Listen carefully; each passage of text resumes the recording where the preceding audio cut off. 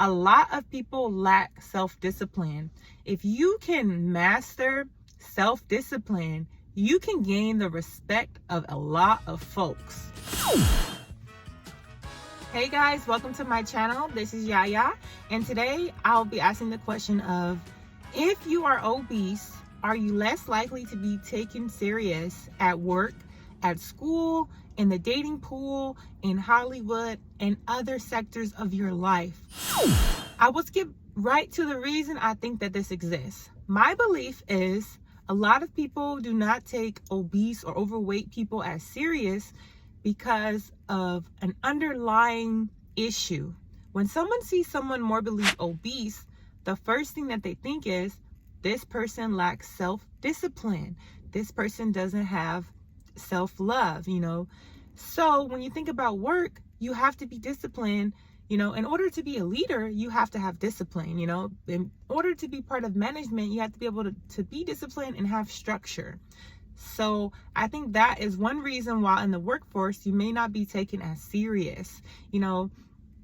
Think about Obama when he got elected and he got up there and he gave his inauguration speech. Could you imagine if it was time for Obama to get up and give his speech and two people had to help him get out of his chair? People would have been so busy laughing, they would have not even heard anything that Obama had to say. Could you imagine Dr. Martin Luther King walking for peace, justice, and equality, in every half mile or quarter mile, he's like, hey guys, slow down, wait a minute, let's take a break. It's just a theme here, right? I'm not just making this up. Look at some of the greatest people, some of the highest paid actors and actresses, they're in some of the best shape. And some people it's in their contract for them to remain a certain weight and to remain having a certain physique to even hold that role. If they gain a certain amount of weight, they automatically void their contract. Let's go back to the underlying reason. Why do people not take overweight or obese people serious? In my opinion, I believe it's an underlying theme. It's an underlying issue. Because when they see someone obese, they think this person lacks self-discipline. This person is undependable. This person doesn't have structure. Now, would you want someone who isn't disciplined and doesn't exhibit structure to be on your management team, to be in a relationship with you? Would you want that person teaching your children? Would you want that person to lead you? Someone who cannot be there for themselves, someone who cannot be disciplined with themselves, how can you expect them to be disciplined and do what they're supposed to do for you? So I think it's on a subconscious level, when people see people super obese, they just think, oh, this person doesn't have self-control. Now, that person may have self-control in other areas that I mentioned, but most of the time people really don't get to know you. They judge you off of your preface. That's why they say, first impressions are lasting. And that's just real life. We could live in a bubble if we want to, but that's not reality.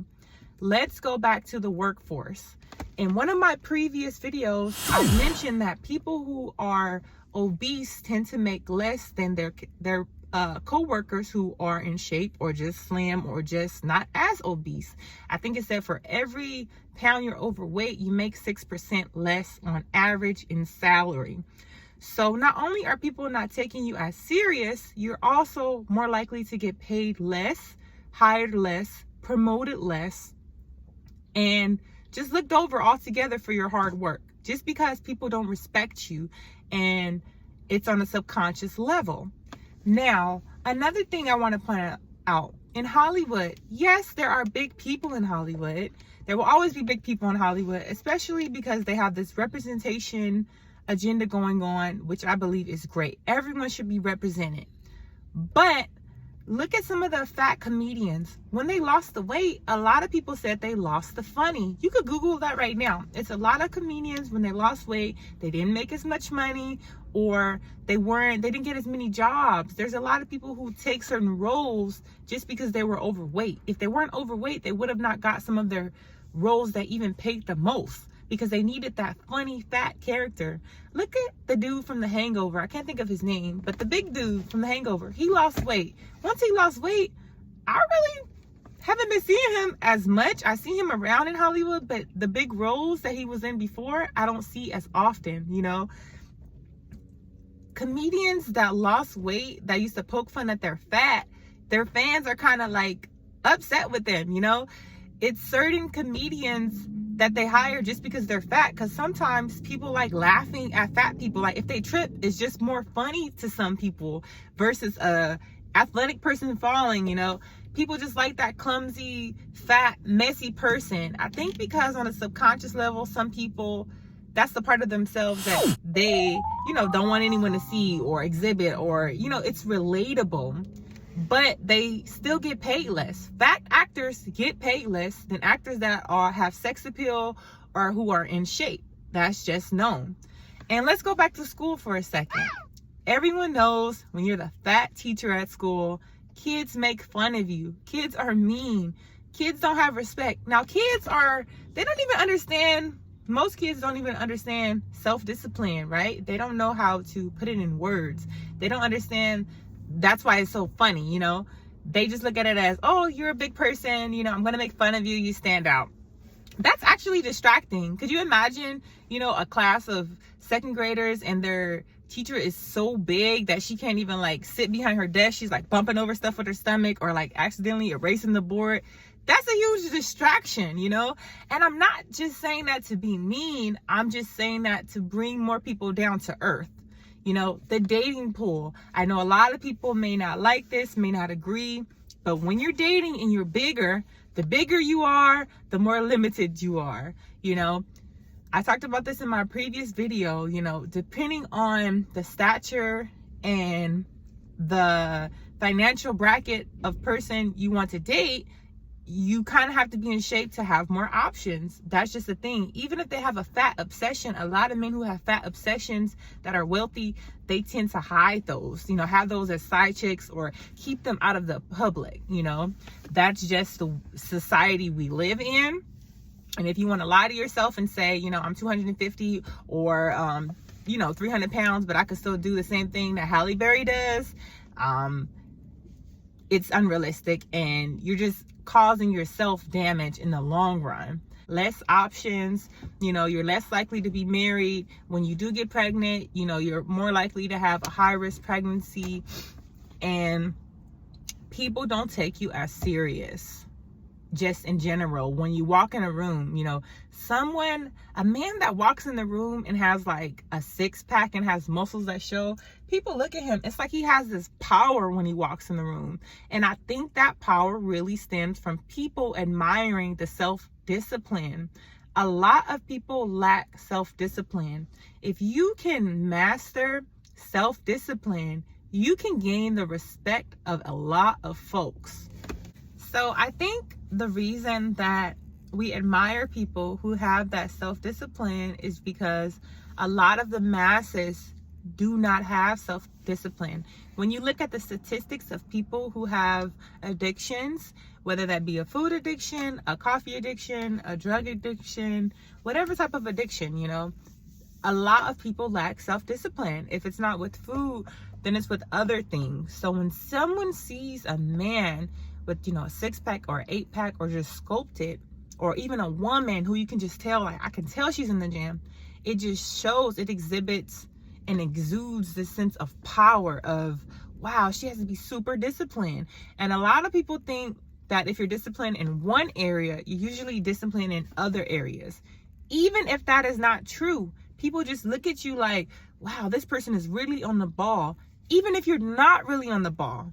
I hate to say this, but people do judge you off of your looks, especially if you live in a big city. People are going to judge you, even if they don't mean to. A lot of people don't mean to. But could you imagine if Cleopatra, you know how they have the Cleopatra movies or people dressed up as Cleopatra?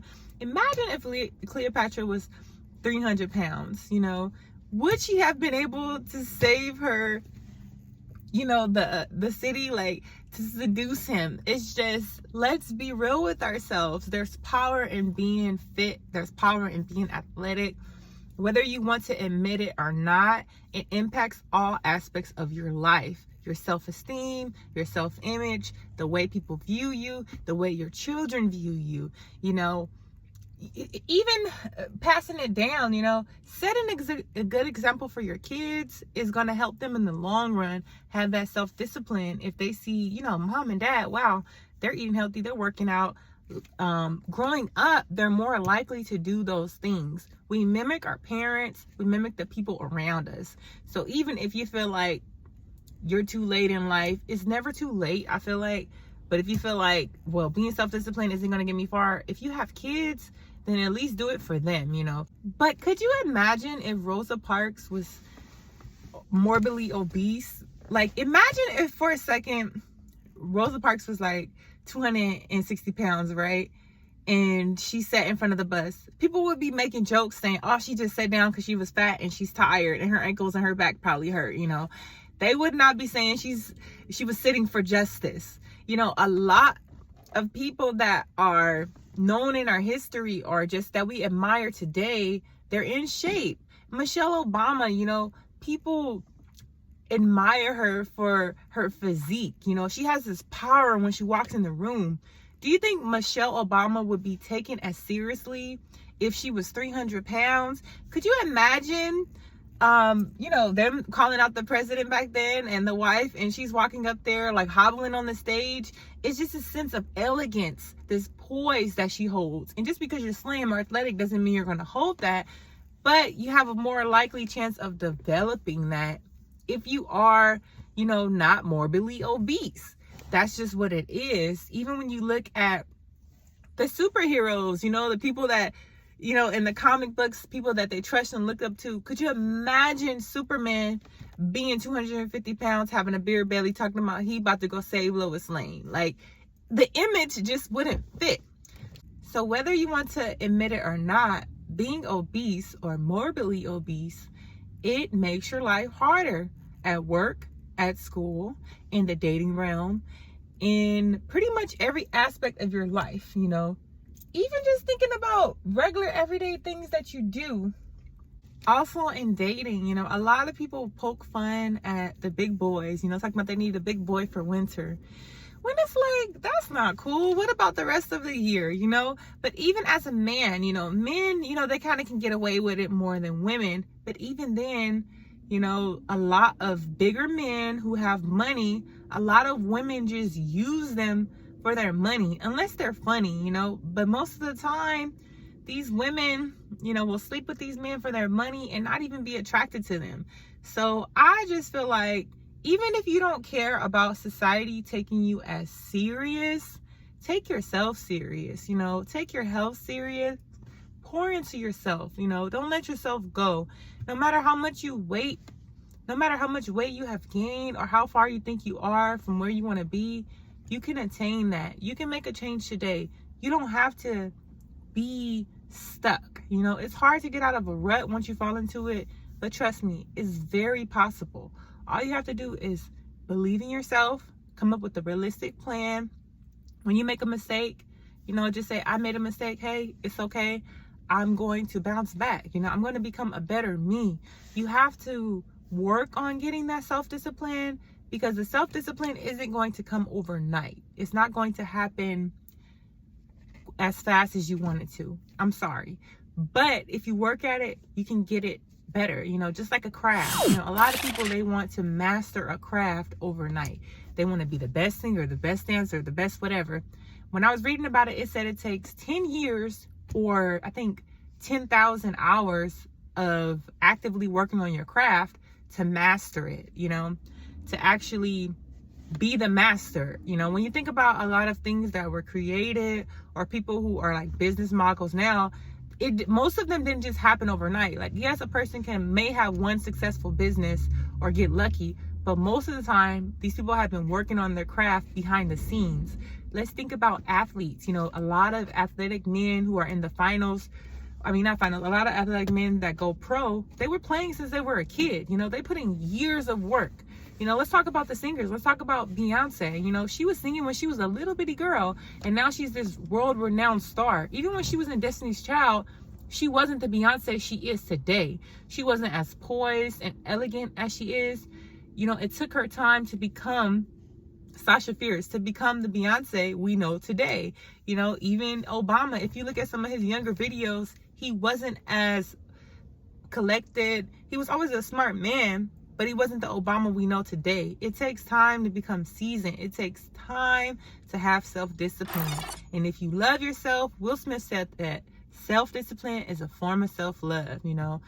And if you really love yourself, you will work on your self-discipline, whether it's your health, it should be your health, or, you know, being in love affairs and, you know, getting rid of people who don't serve you or who just bring out that bad side of you, or, you know, even at work, just showing up on time, you know, doing what you need to do, time management. Self-discipline is important if you want people to take you serious. You know, if you're tired of being overweight, obese, you can make a change. Don't think that you have to be stuck how you are for the rest of your life, because you don't. But the first step is accepting where you're at and then realizing it's not going to be easy, but it's worth it and it's possible. And I'm right there with you, because I'm still trying to get in the best shape of my life. And I'm more like on the slower side now. After losing the 100 pounds, I realized, yes, you can lose the weight, but it takes time for your mental to catch up, you know, to sustain it and to just become the new you. It takes time. These things are not going to happen overnight. You know, it takes conscious effort. So no matter what, just remember, don't give up on yourself. And if I can do it, you can definitely do it. I believe the first step in getting society to take you more serious is to take yourself more serious. Take your health more serious. Take everything you do, you know, do it with a passion, or don't do it at all. So hope you guys have a wonderful day, and congratulations to anyone who has started their health journey, whether you just started today or a week or a few months. We all in this together. You know, I'm still trying to get in the best shape of my life. So make sure you subscribe and hit that thumbs up so you can continue to follow me on my journey. And I love you guys. Bye.